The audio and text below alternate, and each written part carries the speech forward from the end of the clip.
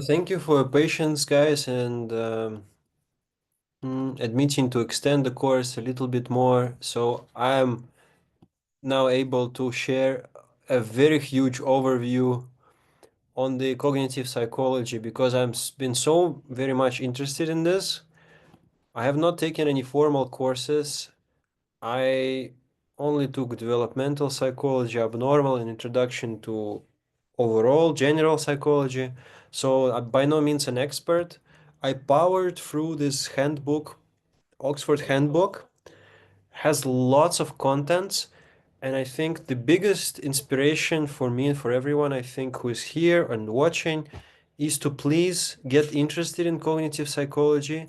It's very interested, it's quite complicated, it's very interdisciplinary because it deals with you can say, logics, ethics, moral reasoning, philosophy. So yeah, I'm no by no means AI. Very interesting. I'm not an expert. I just want to spark an interest and overview, and hopefully, in the end, if not today, then during the next session, try to link it to the practice of meditation and Tantra yoga specifically, the yogic lifestyle. So, this is the overview of cognitive psychology and meditation. So, the goals are the following: present relevant. I initially planned to have it to talk about cognitive and interpersonal psychology in relation to meditation.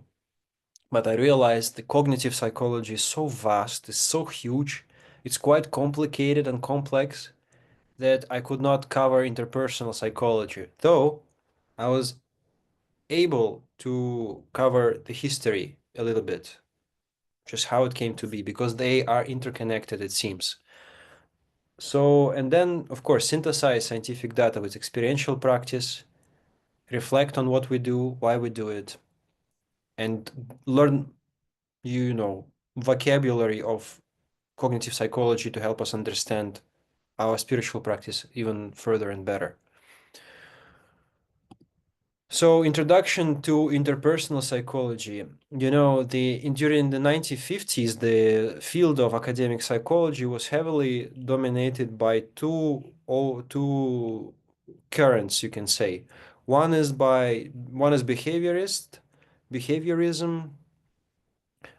pioneered by John Watson.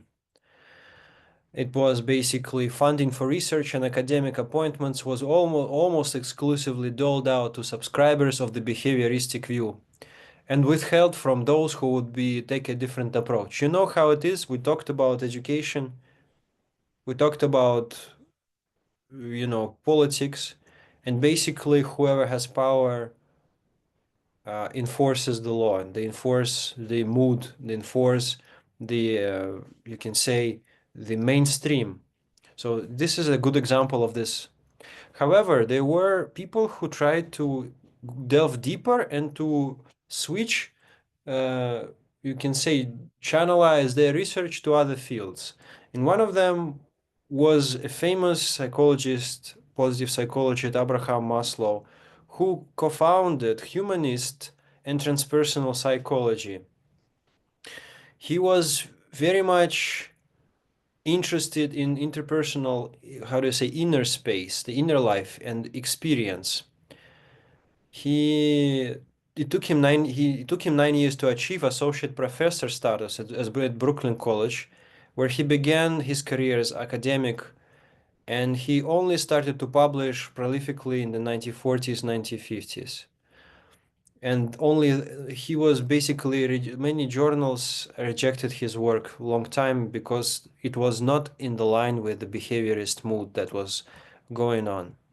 So the humanist movement, which is connected to interpersonal psychology, it basically does not align with the two dominant schools at the time. One of them is the Freudian psychoanalysis, and another one was reductionist behaviorism. So behaviorism, to put it simply, to reduce it to a formula, is the study of what can be measured and observed, behaviors, but not cognition, not what's going on inside that much. And Freudian psychoanalysis, very difficult to measure, very difficult to study, and a very contested field because even Freud was, you can say, challenged by his most closest students, colleagues like Adler, like Jung, and others. So, in the 1940s and 50s, a small group of psychologists who included Maslow, Carl Rogers, May, Mustakas, and the others, they became disillusioned, frustrated by the limited opportunities afforded to them to publish their work. So they were more interested in the person-centered approach to psychology, and they were interested in psychotherapy, which was actively resisted. It was resisted by the mainstream psychological institutions, including the American Psychological Association, which controlled many of the top journals in the field. So hence the name humanistic. Why? Because its focus is not around behavior, but on the human, around the human. And not only that, but on their interior states of consciousness, of personal, subjective motivations in the form of the study of psychology, and were generally verboten during this period of behavioristic and Freudian dominance. So they wanted to study the states of consciousness and personal subjective motivations. And this basically represents the conflict. It had during the time of the Greeks and again after Descartes, psychology had become contentious and fragmented along the division between external, observable, scientific fact and the internal world of subjective experience. Hence, it's a very interested branch of science because, on the one hand, it's very subjective, very humanistic. On the other one, there are those people who try to keep it as scientific, as observable, materialist, as and measurable as possible. So, on the whole, the group who would become known as humanistic psychologists acknowledged the many useful truths that had been discovered by both the earlier forces and wanted to add observations from the internal dimensions of experience to create a more holistic map of humanity and its cultures.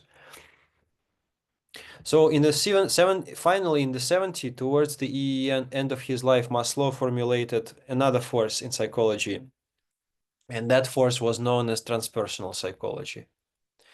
So he was very much interested in the study of peak experiences.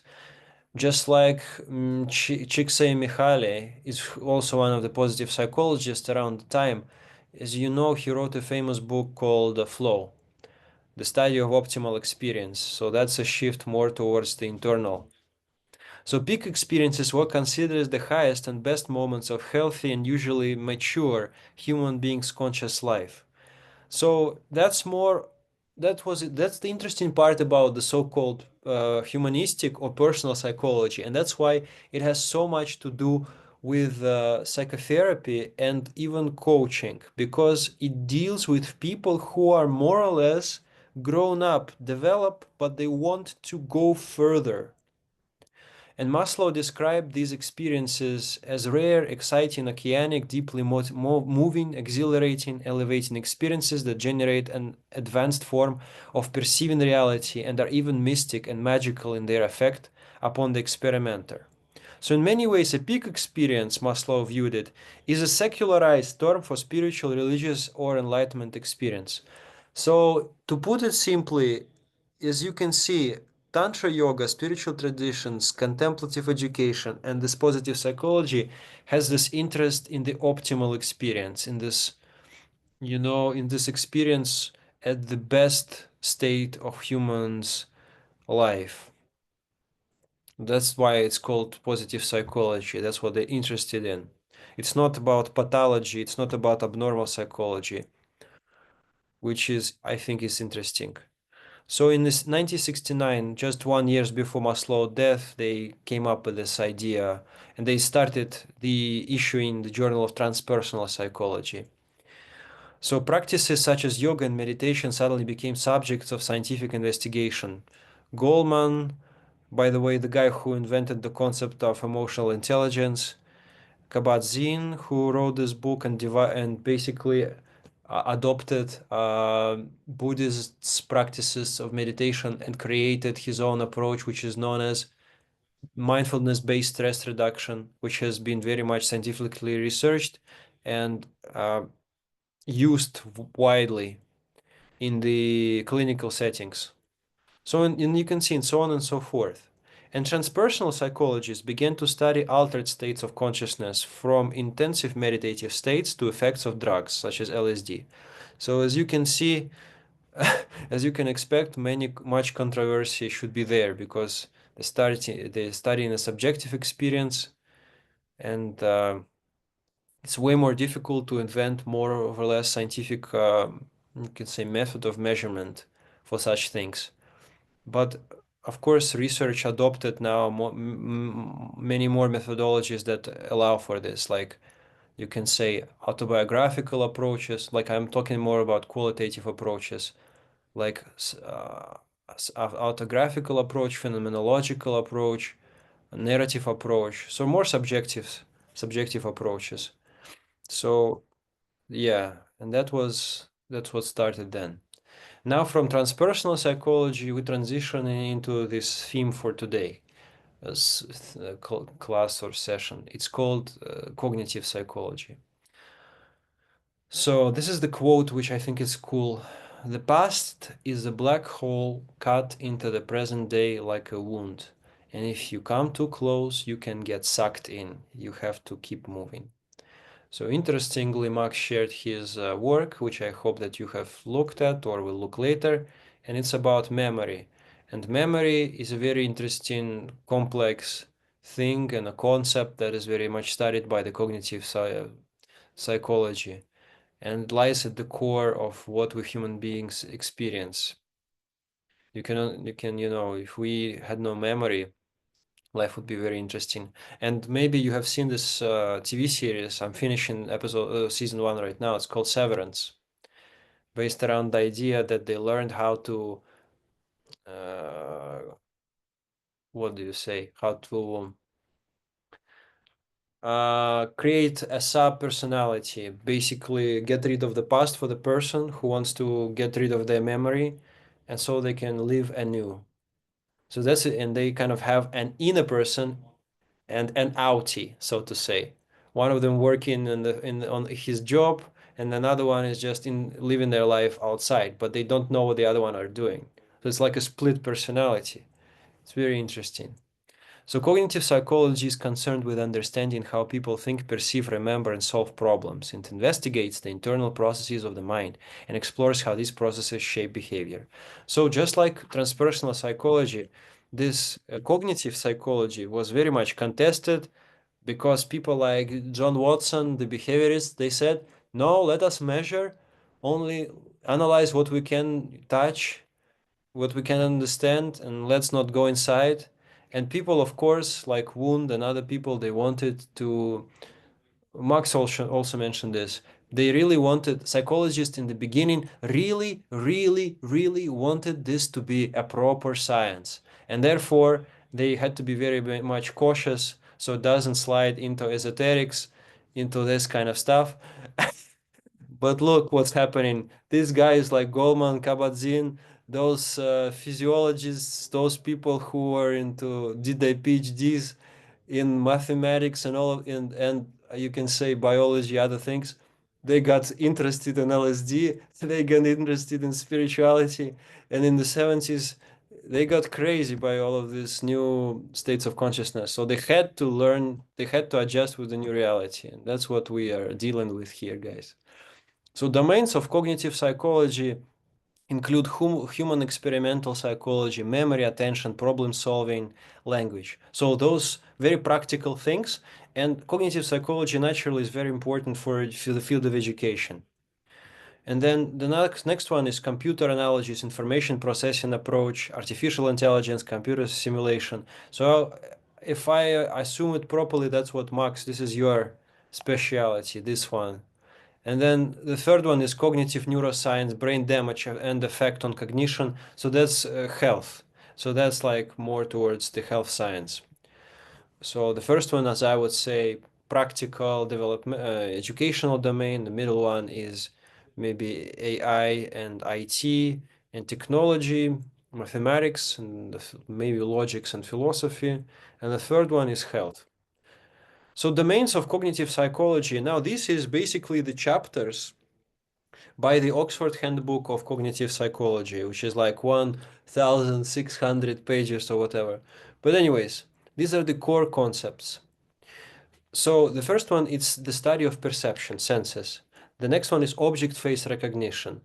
The third one is eye movements. The fourth one is event perception, perception and attention, spatial attention, disorders of attention, atomicity, or the concept of involuntarity.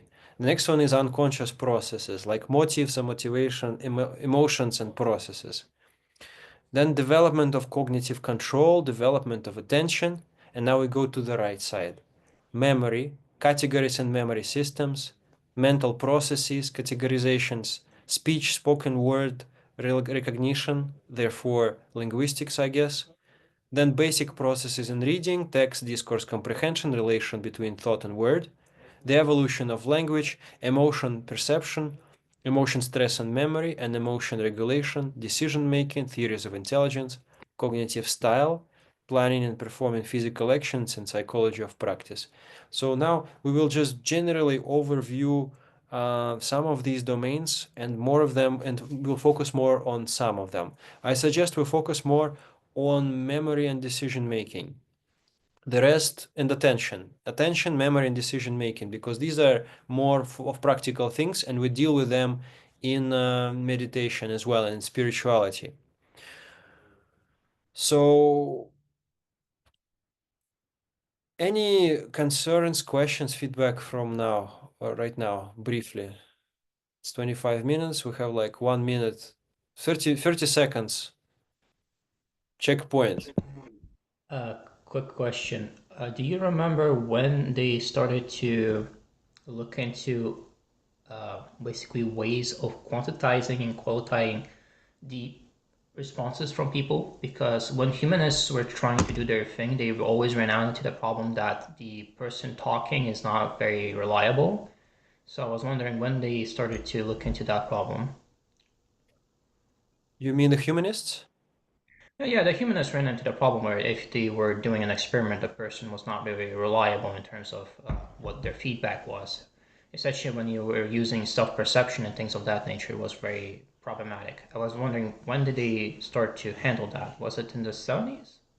I think so. It would be like because most transpersonal psychology, cognitive, it started in the 70s. I would say qualitative.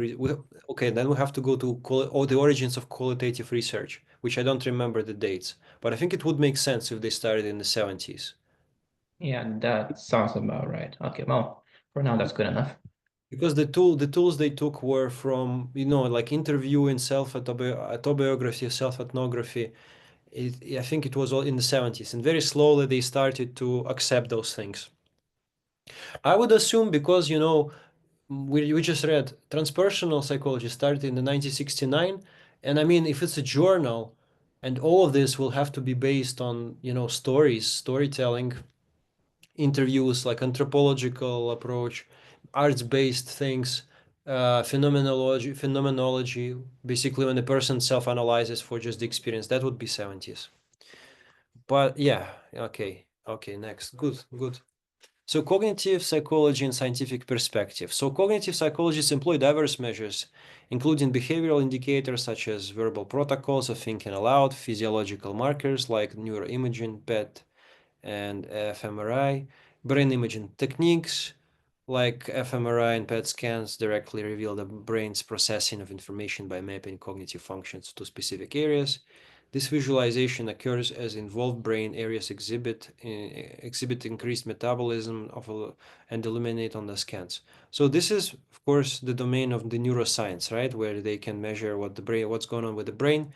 Are there any changes to the brain, damages, and so on and so forth. So that's more quantitative research or like, I don't know, health science-based research. The other part, the more complicated part, like Max is saying, is the subjective experience, qualitative research. Um, Introducing cognitive psychology. Yeah, so yeah, that was cognitive psychology was another response to the oppressive dominance of behaviorism in American psychology for the 50s. and it took a cognitive toll.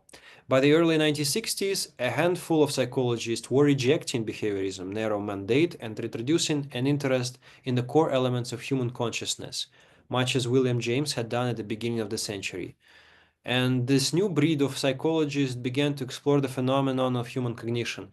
So yogis already can get not red flags, but you can say green flags by hearing consciousness and cognition, because all tantra yoga, these are the most important words: cognition, consciousness, and the third one would be probably energy. Anyways, cognition comprises mental processes such as perceiving, thinking, remembering, evaluating, planning, and organizing. In other words, high-grade cognitive functions of a human being. So in the 1950, by the way, we are doing history, like very broad history of cognitive psychology right now, just an overview. So in the 1508, psychologist Alan Newell, the computer scientist Herbert Simon proposed the idea that the human mind was essentially an information processing system, much like an electronic computer, and behavior was analogous to a program running on a computer that would interact with, evaluate, and respond to the various data inputs it perceived through the system, such as the sense organs. We talked last week on about the developmental psychology, and we looked at different domains of memory, right? Like how it looks like a computer from the systems processing perspective. When new information comes in, then it's like a short-term memory. Then it goes into the working memory, and then working memory decides whether to put it in the long term or just like get rid of it. And then there is this executive functioning that says that basically commands what to do and what not to do.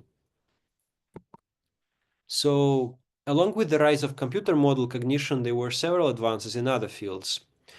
The physiological neuroscience developed microelectrodes and other technologies that could observe neural events in the brain, and scientists began to relate this to mental processes. Information theory began to account for the capabilities and limitations of human communications. Anthropologists completed more comprehensive cross-cultural studies and to identify traits they believed to be truly universal. Psycholinguists started to understand more fully how humans acquire and manipulate the complex symbols of language. Because language in itself is a very complicated system and it evolves. So it also, linguistic is the domain of cognition. These developments and others began to cross-fertilize with psychology to displace what had become the stagnant movement of behaviorism in America academia, to replace it with a multidisciplinary movement that blossomed under the general umbrella of cognitive science. So we are talking about 1985. So researchers like Francisco Varela, Thompson, Eleanor Rosk, in their now classic book, The Embodied Mind, advanced the field of cognitive psychology even further when they proposed a model of cognition that was inactive rather than simply based on computer information processing, which had become a problematic idea early on when it was criticized as being too limited and not taking into account the internal experience of consciousness and the more complex processes of phenomena such as insight, sometimes called as aha moment. Varela suggested that enactment was an open-ended, self-modifying process where cognition is not a representation of a pre-given world by a pre-given mind, but is rather an enactment of a world and the mind on the basis of a history of the various actions that a being in the world performs. So I think the switch here, to put it simply, is it's not one way, it's like two-way.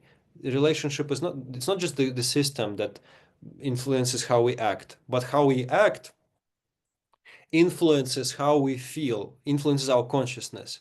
To put it simply, I'll give you an example from acting. People were battling this big time. Stanislavski was saying in the beginning, I act on the first. I have to understand. I have to analytically understand what I am acting, why I'm acting, and then I perform. Michael Chekhov, one of his best students, he said, "No, it's different. You first have to act like most humans do, and then it will influences your mind, your cognition, your perception."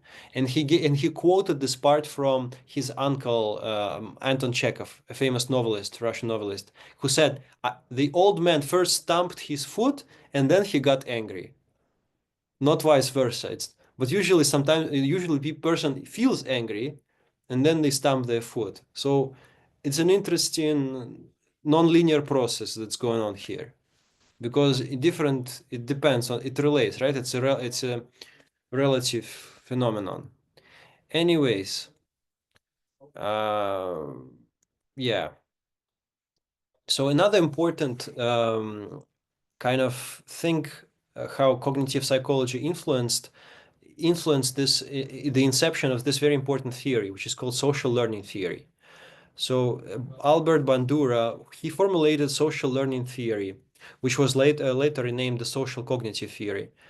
So, and the theoretical construct of self-efficacy. Basically, it means that humans being learn by imitating and observing others. In the behaviorist paradigm, all behavior was thought to be reinforced through experience. However, Bandura demonstrated that there was much learning that took place purely in observation and imitation.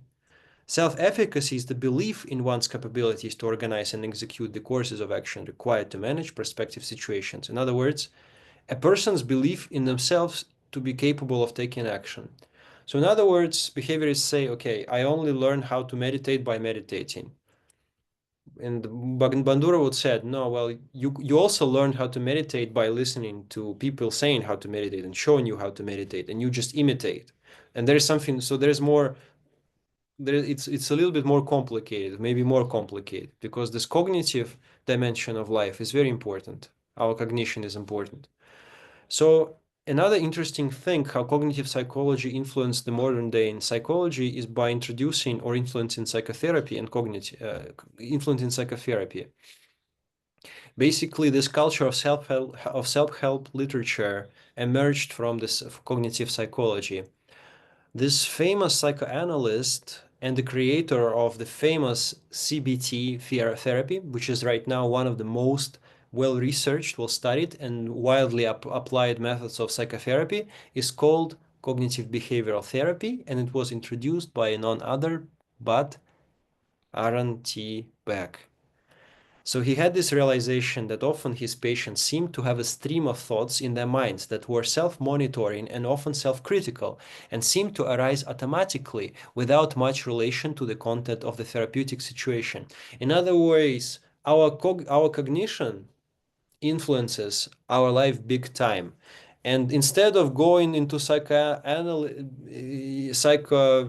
you can say old, like Freudian psychoanalyst type therapy, which can go on for years and years, and some people go for therapy for years, and nothing bad with it. It's just a very lengthy under research process, and we don't know what's going on in this largely. Now we do better, of course, through science we know better through some testings and experiments, but still lots of things are unknown because of this cognitive factor. And many self-help books are now very much, how do you say, how to get rid of depression, how to improve your marriage, improve relationships, and blah, blah, blah, is now very big because of this. And because it works, largely it works, I mean, to some extent it works. But the question is, of course, to what extent it works? I don't know. Okay, now we're going into the domains of cognitive psychology. So the most important ones that we will cover are attention, memory, and problem solving, not necessarily language evolution. So we'll not go too much into details. There are two concepts which I think are important here. And one is attentional filtering, which is basically ability to say what's important, what's not important.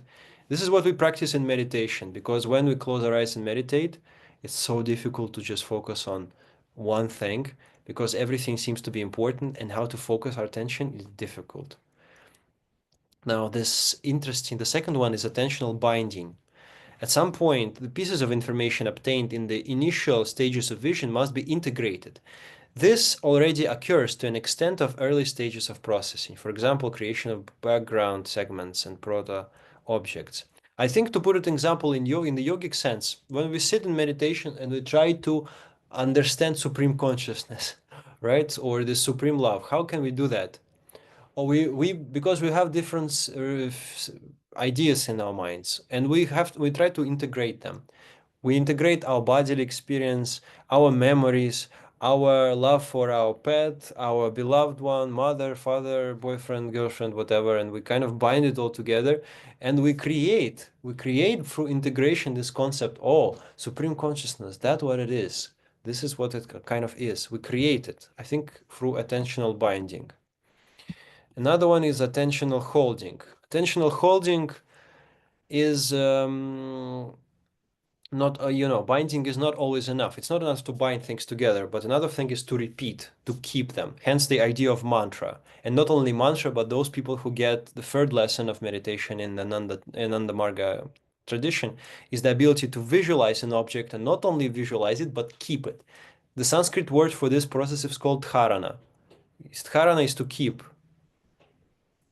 So is to create it in the mind and keep it, make sure that it endures over time rather than a sequence of unrelated structures. And such continuity likely plays a central role in the perception of physical objects and the events. Not only physical objects, but the faces, experiences, and so on and so forth. And the next one is attentional indexing. It is sometimes important to individuate a physical object, to see it not just as an object, but as a particular object. This is especially so when more than one object must be dealt with. For example, determining spatial relationships, such as between, assessing the configuration of a group, or ensuring that items in an image are processed in an optimal or at least effective sequence. So that's like a more cognitive process of organizing objects in the mind and remembering and connecting images, physical reality to the language, yeah, and their perception. So that's a complex process. So in the view taken here, attention is more an adjective than a noun. An attentional process is one that is contingently selective, controlled on the basis of global considerations, selection of a particular item to track based on perceived importance. Any limited capacity process is necessarily selective. So, for example, meditation itself is the practice of selective attention. So ideally, when we close our eyes, we go through those shuddhis or purifications where we learn to withdraw our mind, to purify our consciousness from the world, from the environment, from our body, from our thoughts, from our bodily perceptions, and from our thoughts. And finally, focus on the mantra, on the idea of consciousness itself. So it's a very selective process, but it's a very gradual one as well. Now, this disorders of attention, I think it covers a wide range of different concepts, variously referred to as spatial attention, divided attention, sustained attention, focused attention, visual attention, covert mental attention, inhibition of attention, and many others. There are likewise diverse disorders of attention resulting from different forms of brain damage, and therefore this is like pertains to neuroscience and health science. So scientists, researchers analyze which parts of the brain and their structure, what kind of effect does it have on the cognitive processes. The next one is memory, and I think we should spend some time here. Episodic memory refers to an organism's capacity to consciously retrieve previously experienced events. It is a form of mental time travel synonymous with recollection, and is commonly implied by the term remembering, recalling, reminding, or reminiscing. In humans, episodic memory makes one's thoughts and experiences available over time, thereby enriching the sense of a continuous self and its relationships with the rest of the universe. The primary function of episodic memory is to provide useful information about the past and can guide decisions and behaviors in the present. It can also be involved when imagining new events and planning for the future.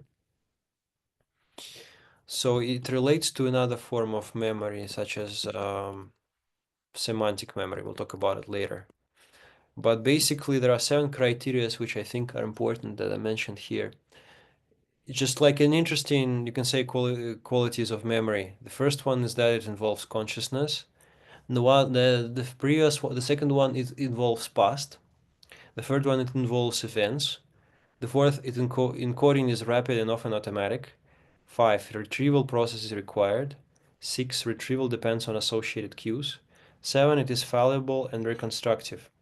So that's what Max, what you were saying about like many like research, like what like human experiences, it's fallible and subjective and so on and so forth. And I think it's interesting to think that memory itself, if you kind of try to connect it to the yogic concepts, this idea that comes to my mind when talking about past, present, and future, it's the, it's the three eyes of Shiva. So usually it's associated with pituitary gland, with the Agya chakra, because in the yoga psychology, it said that two propensities of this chakra are the knowledge of the mundane knowledge, material knowledge, and the spiritual knowledge. In other words, kind of it's the omniscience, the knowledge of the past, present, and future, ideally. So if a person is able to become one with consciousness, with the supreme consciousness, they able to get this super memory, super memory, which is, I think, super speculative, but it's an interesting concept. Anyways, now going back, talking about human memory. So human memory, another type, one is episodic, another is semantic. So semantic has to do with meaning. So basically, it has to do with facts, skills, and concepts. So like, yeah, so long-term memory concepts like formulas, um, yeah, and understanding of categories. For example, if we think about an apple, an information retrieved from semantic memory is independent of the sensory modalities used to perceive an apple. It's complicated, guys. I mean, we need more time to get read through the to go through this stuff. But the idea is, I guess, everything can be categorized. Anyways, yes, Marina has a question. Before this gets too far, I need to explain something that's kind of really important here. Everything that's been said so far is about long-term memory. Sensory memory and short-term memory are completely different from all this, so keep that in mind. Right. So probably we should have, because that's the way they do it in this book at least, but that's the way, yeah, sensory short term, working, executive, and then long term, those are part of the. Executive is part of short-term memory. So it matters because the transition between long-term and short-term is very important to human cognition and is especially important when it comes to the type of memorizing you do and encoding. But I'll say more at the end if there's time. Right. So in this book, the next one, they talk about implicit memory. Mm, implicit memory. Yeah, I don't think they define it here. Oh, here. Yeah, okay, here it is. The modern research supports the distinction between conscious and unconscious influences of memory, embodied in the distinction between explicit and implicit.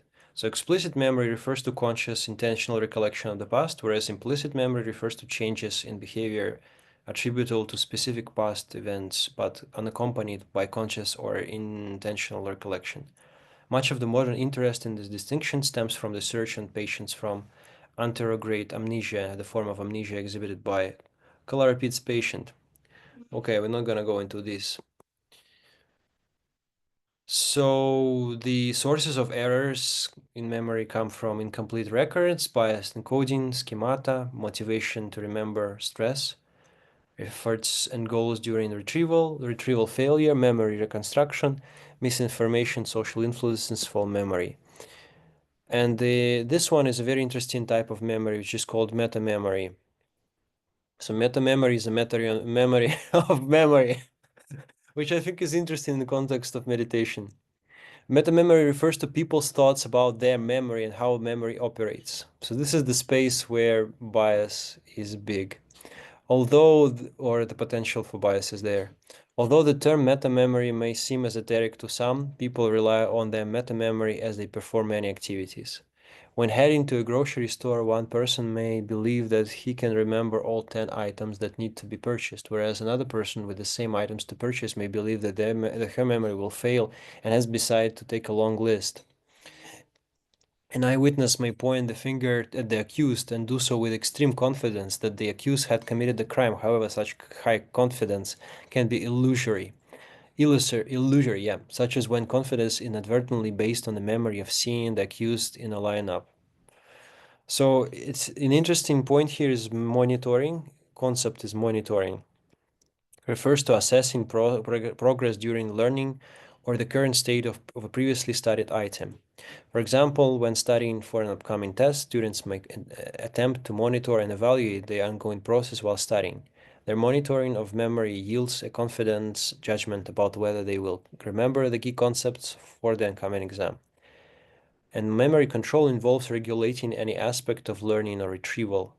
For control of learning, one example of a control process include deciding to spend more time studying materials that one believes have not been well learned. For retrieval, accusing a defendant of committing a crime is a prime example, because the eyewitness allegedly must be highly confident in his or her memory of the crime to potentially condemn the defendant. All right, so let's break here. Now Max can say a few words on memory, if he wants to. Oh, yeah, sorry. Uh, One of the main interesting things about meta memory is that you don't just rely on it, it's most of your memory. Because whenever you fetch your memory from your long-term memory into your short-term memory, which is how you become conscious of it, that changes that memory. And depending on how you become conscious of that memory, that change can alter the memory from being a memory into being a memory of a memory. And do that enough times, and it becomes a memory of a memory of a memory. And one of the main reasons why people go insane if you put them into a white box is precisely because this process is self-destructive. And one of the main issues in cognition and psychology. So that's why we constantly need to be engaged in an environment and stimulated so that we have the second part, monitoring, making sure that we use real world data combined with our own to make something that makes sense. So that's something worth investigating further if you have the time for it. So that's probably the experience that I'm going through by going crazy, applying for jobs all the time right now and kind of spending time in this literally white box. Well, that's true. That's true. Um, okay, I will not go too much into details on these topics. Mental concepts, you can read about them on your own. Categorization is cognition is the, it's the way how we categorize things. And on emotion, stress, and memory, I will not also go into details because we don't have much time, nor will I talk about emotion, cognition, and interactions because they affect each other. But actually, I'm interested in this. Let's read. Feeling without thinking is a washy draught indeed, but thinking untempered by feeling is too bitter and husky a morsel for human I don't even know what the heck is this. Deglutition. So does affect influence cognition? If one looks at to classical philosophical and psychological treatments of emotion cognition, the answer is not much. According to these perspectives, affect and cognition are utterly independent and opposing influences on judgment and decision making. These ideas are echoed in contemporary affect cognition models, in particular affect primacy models, which argue for the independence of affect and cognition. Even among perspectives that entertain the possibility that affect and cognition interact in meaningful ways, affect was believed to contaminate cognition and reason, leading to suboptimal decisions and behaviors.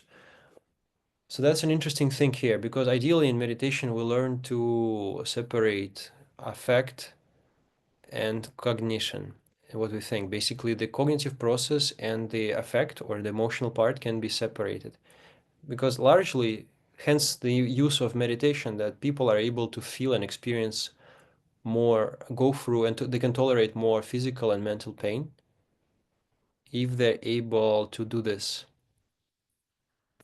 to meditate. Hence meditation is useful um, in this. And supposedly the more seasoned meditator who is able to separate their, you can say, emotions and cognition, they're able to be in the pure and unaffected longer, supposedly.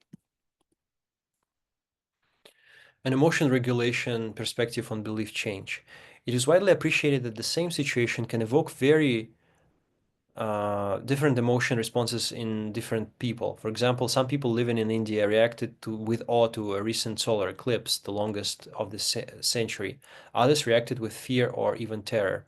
According to appraisal perspectives on emotion, these emotional reactions were generally generated by differing beliefs, such as beliefs from Western science that an eclipse is a rare astronomical occurrence, or beliefs from Hindu mythology that an eclipse is caused by a dragon demon swallowing the sun. Anyways, culture and language influence cognition big time, so that's why it's a subjective experience. Judgment and uncertainty, I won't go into detail on this one. Induction, domain of philosophy and reasoning. Talk has to do with logic. I will not go too much into details. It has to be taken longer. This decision making, I think we should go into because I think it's a very interesting one. So how to make decisions, this one theory, expected utility theory. So normative theories of decision making are concerned with how rational people ought to make decisions. The most widely accepted normative principle of decision making is the maximization of expected utility. In expected utility theory, decision problems are analyzed in terms of acts, states, and consequences. Acts are the courses of action a decision maker can follow. They are basic units between which the decision maker can choose and are thus under the control of the decision maker. Each act can have a number of potential consequences, and every consequence has some value to the decision maker. Which consequence will actually follow an act depends upon factors outside the control of the decision maker, collectively referred to as states of nature. While the true state of nature is usually unknown, the decision maker is assumed to have some idea from the probability that states will occur. These probabilities can either be objective, decision under risk, or subjective, decision under uncertainty. In either case, the main idea is that the decision maker should choose that act which is expected to provide the most value or utility. The expected utility of an act is weighted of sum of utilities of its potential consequences, where each weight is the probability that the consequence will occur as a result of the act.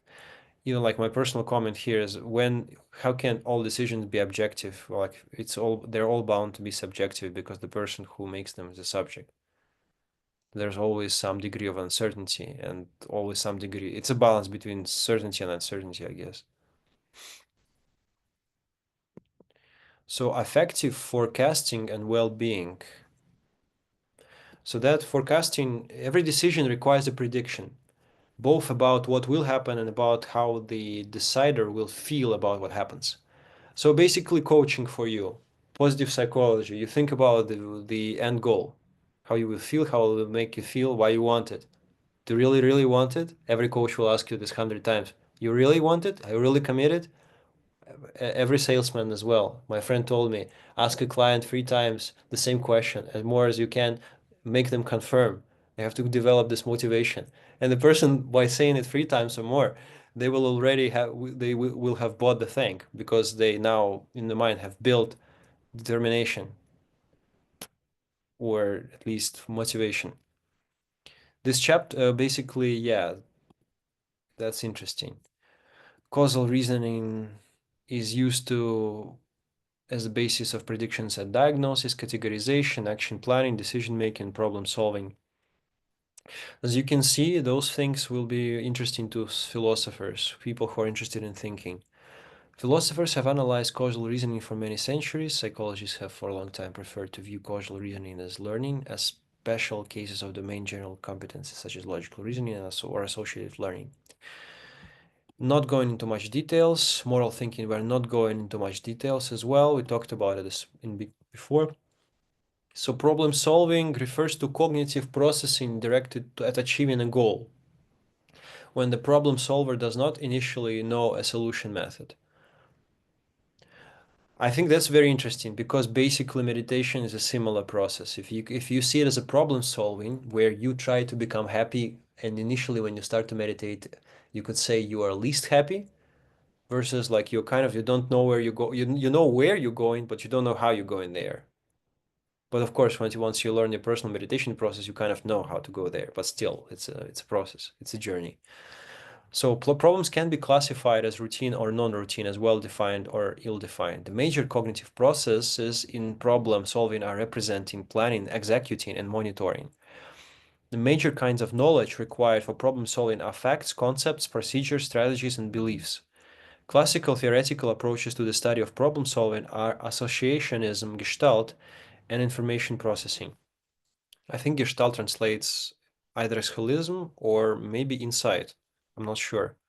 Current issues and suggested future issues include decision making, intelligence and creativity, teaching of thinking skills, expert problem solving, analogical reasoning, mathematical and scientific thinking, everyday thinking, and the cognitive neuroscience of problem solving. Common themes concern the domain specificity of problem solving and a focus on problem solving in authentic contexts. I know we're almost at time, but I think I suggest that we finish this part because I think problem solving is one of the most practical concepts in this entire topic, and I think it's key and has many parallels with meditation. Do you guys agree or no? Let's vote. Hands up if you're for it. Hands down like this. Thumbs down. Okay, everybody's for it. Good.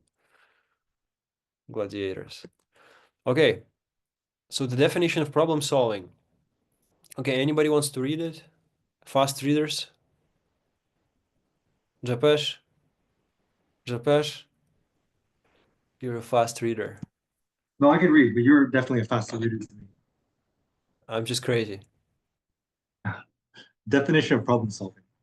Problem solving refers to cognitive processing directed at achieving a goal for which the problem solver does not initially know a solution method. This definition consists of four major elements.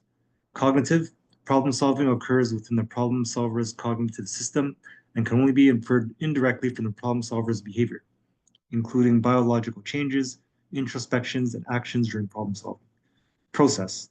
Problem solving involves mental computations in which some operation is applied to a mental representation, sometimes resulting in the creation of a new mental representation. Directed. Problem solving is aimed at achieving a goal. Personal.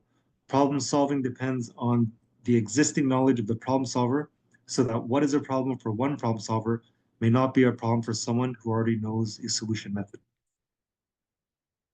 So just to make it interesting, if you think about meditation, yeah, you want to achieve infinite happiness, you want to achieve Ananda, bliss, God, become one with Him. Sure, makes sense.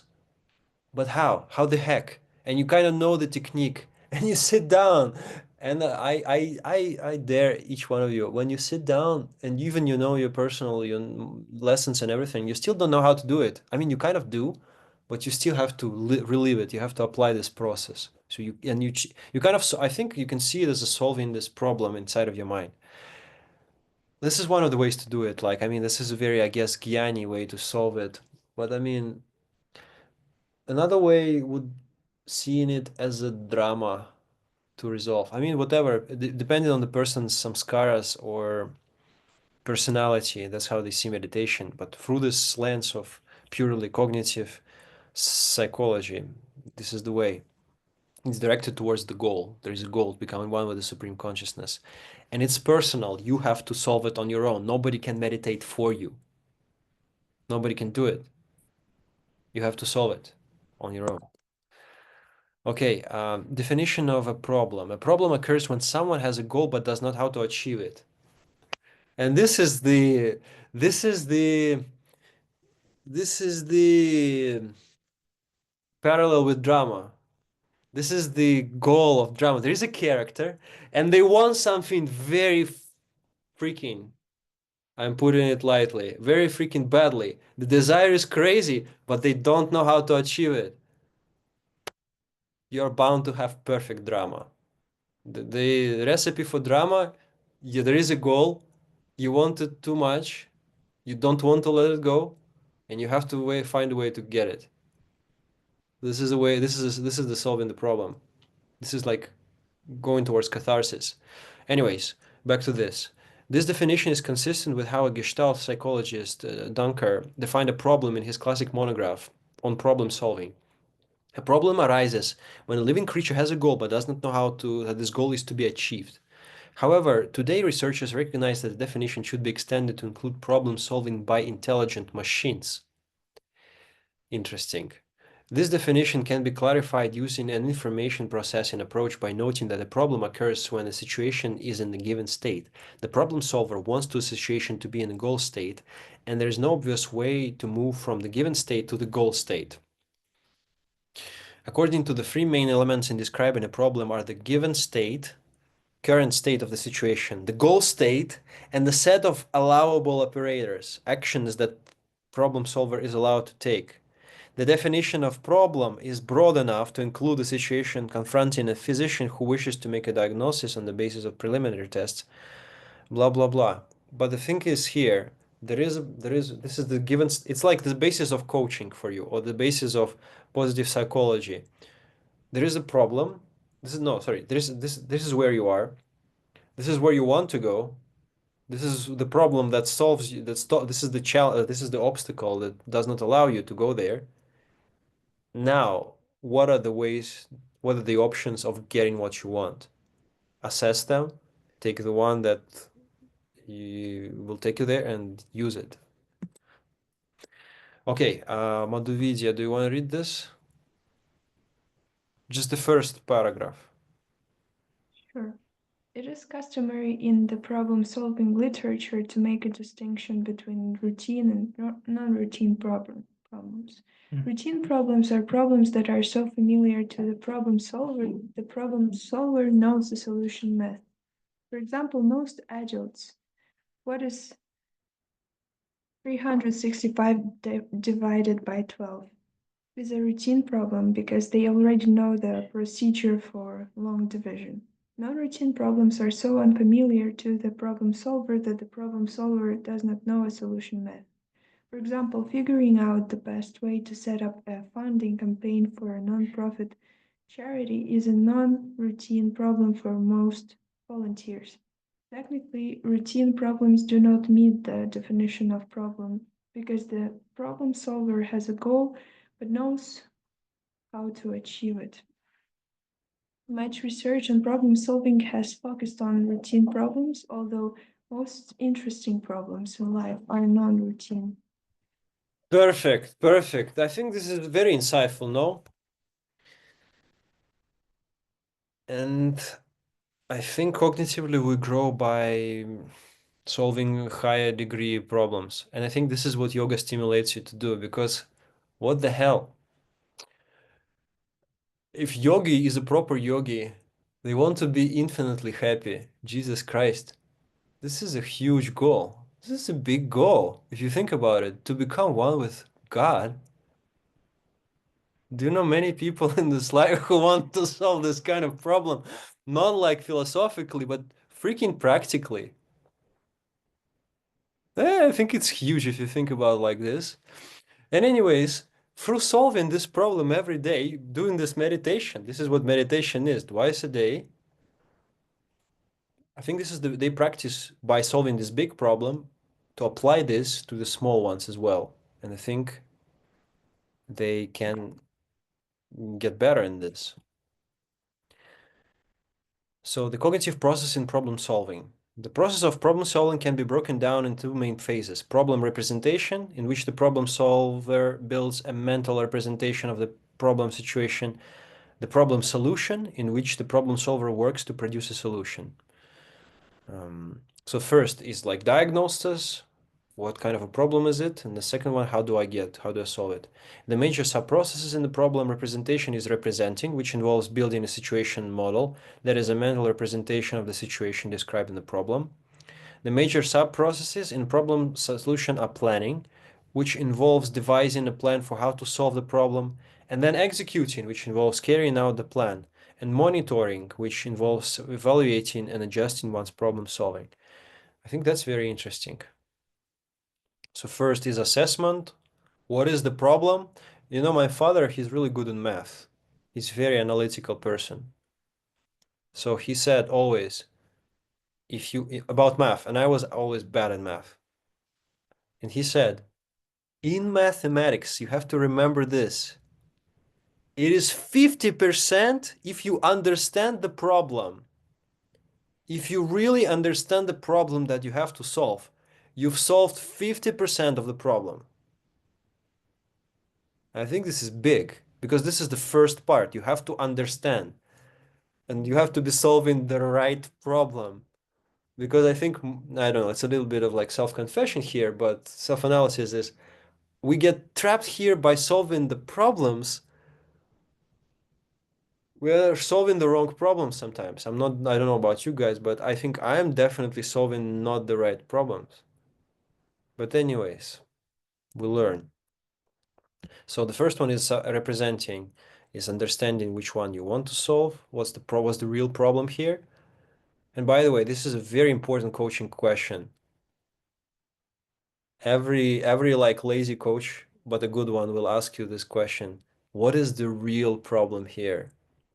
They will not say what's the problem here. They say what's the real problem here. Or even if you say something, they will check you. What's the real one here? What's the real challenge here? Okay, Chepesh, can you or Max, do you want to read this one? We're almost there. Right. So an important theme in problem-solving research is that problem-solving proficiency on a task depends on the learner's knowledge. 5 kinds of knowledge are as follows: facts, factual knowledge about the characteristics of elements in the world, such as Sacramento of the capital of California; conceptual knowledge, including categories, schemas, models, such as knowing the difference between plants and animals and knowing how a battery works; procedural knowledge of step-by-step process, such as how to carry out long division computation; strategic knowledge of general methods, such as breaking a problem into parts or thinking of a related problem; attitudinal knowledge about how one's cognitive process works, such as thinking, I'm good at this. Very good. Thank you. So one way to solve it is associationism. So basically, scientists have determined from the scientific study, right? The idea that cognitive representations in the mind consist of ideas and links between them, and that cognitive processing in the mind involves following a chain of associations from one idea to the next. For example, in a classic study, Thorndike placed a hungry cat in what he called a puzzle box, a wooden crate in which pulling. So, by the way, you can emulate Madhuvidi and Max. You can emulate this test because you have a cat. I'm joking.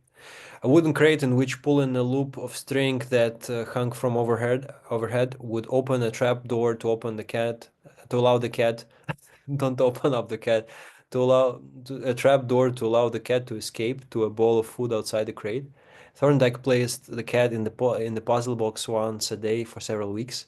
On the first day, the cat engaged in many extraneous behaviors such as pouncing against the wall, pushing its paws through the slats, and meowing, but on successive days, the number of extraneous behaviors tended to decrease.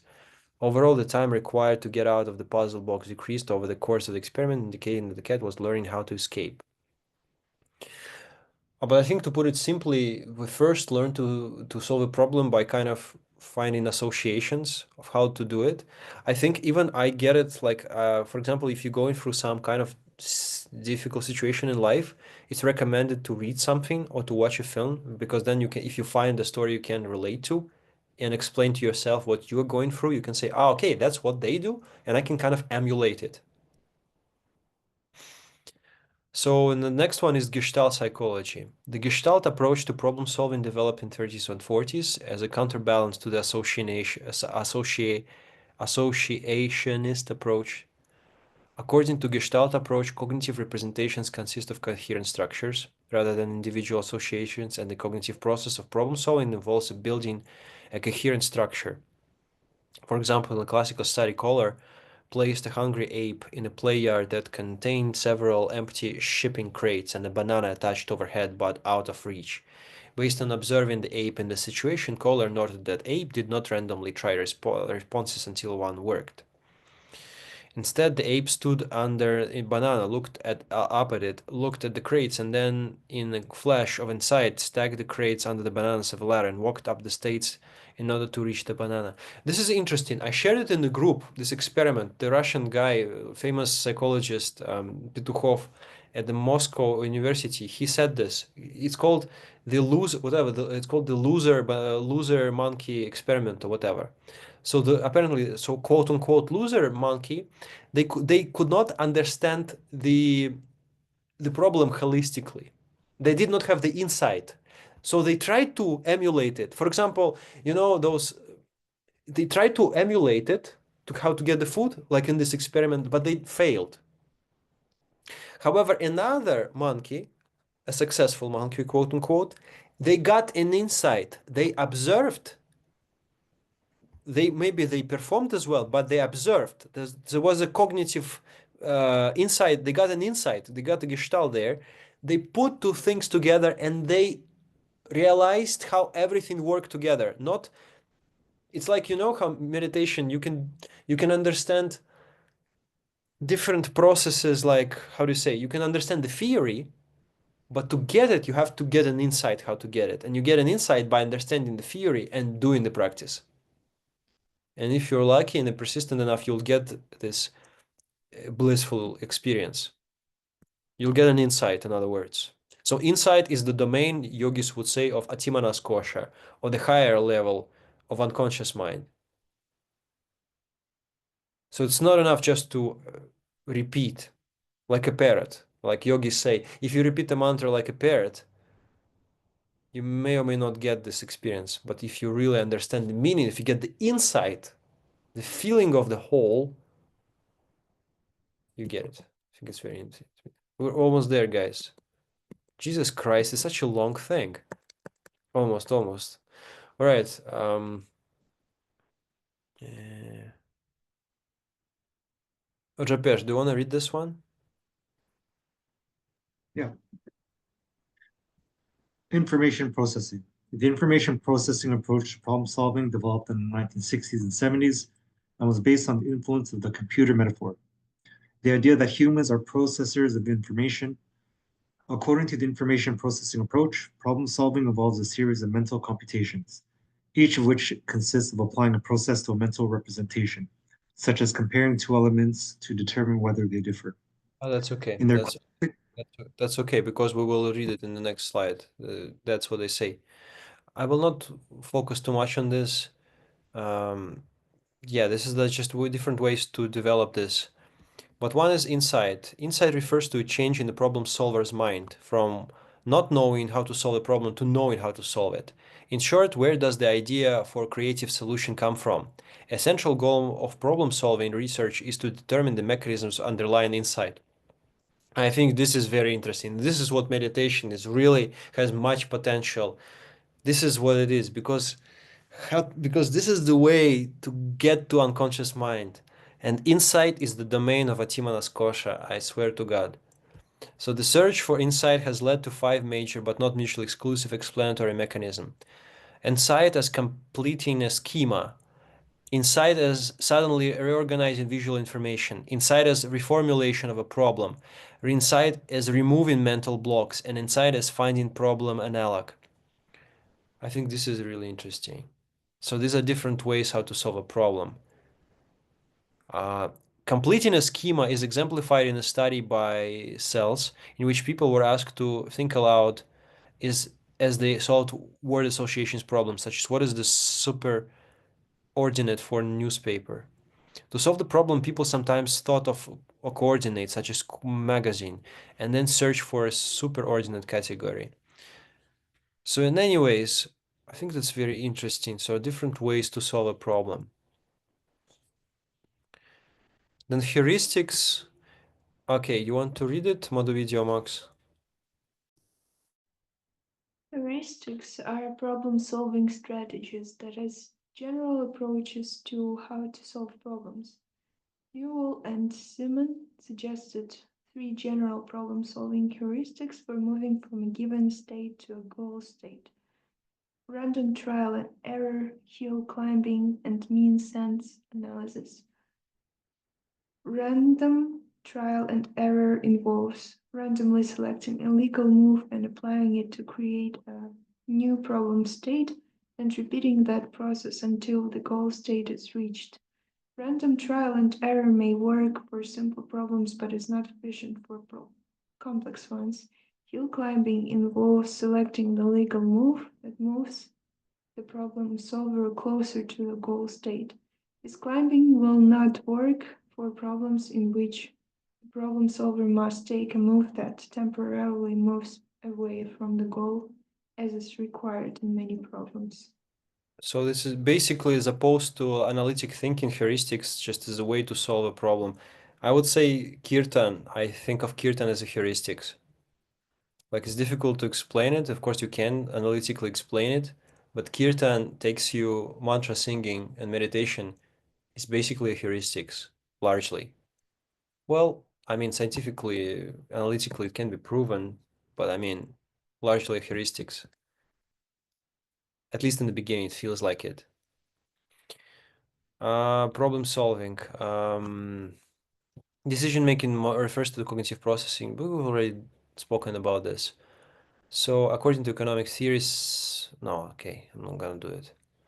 Research on decision making has generated three classes of theories. Descriptive theory, such as prospect theory, which are based on the ideas that people prefer overweigh the cost of a loss and tend to. I mean, I'm not gonna read it because it's just pertaining to this particular economic example. So, I mean, if you want to do your own research, you can go ahead. But this is an interesting thing here: intelligence and creativity. Okay, Mondovidi, I think you want to read this one. Although researchers do not have complete consensus on the definition of intelligence, it is reasonable to view intelligence as the ability to learn or adapt to new situations. Fluid intelligence refers to the potential to solve problems without any relevant knowledge, whereas crystallized intelligence refers to the potential to solve problems based on relevant prior knowledge. As people gain more experience in the field, their problem-solving performance depends more on crystallized intelligence than on fluid intelligence. The ability to monitor and manage one's cognitive processing during problem solving, which can be called metacognition, is an important aspect of intelligence. Research is needed to pinpoint the knowledge that is needed to support intelligent performance on problem-solving tasks.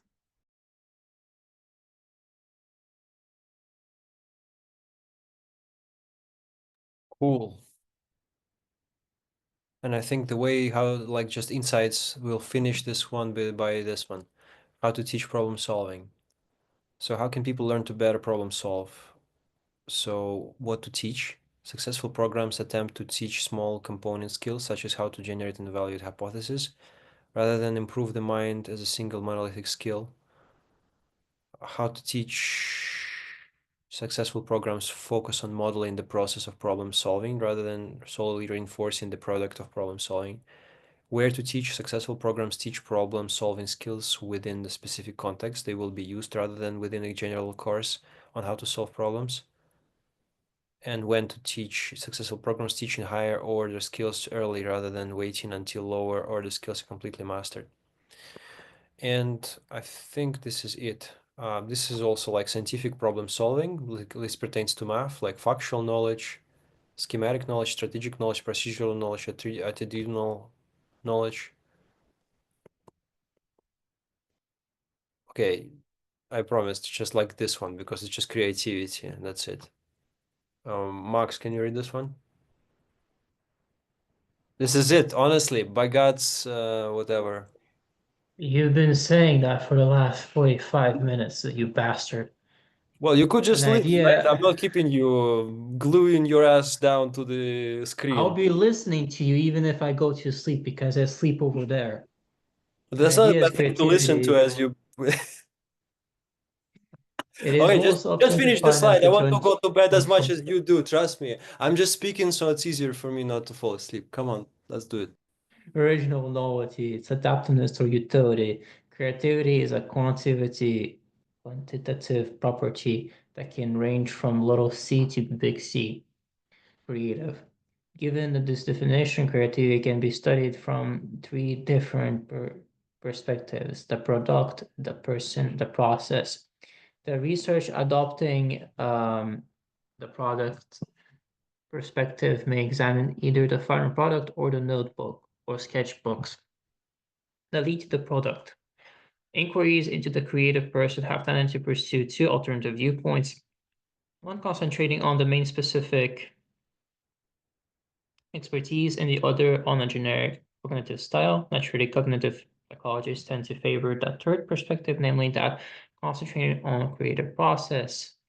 After discussing the three main theoretical views of this process, the discussion turns to the three principal empirical approaches. The chapter closes with 4 sets of questions that should guide for researcher on creativity.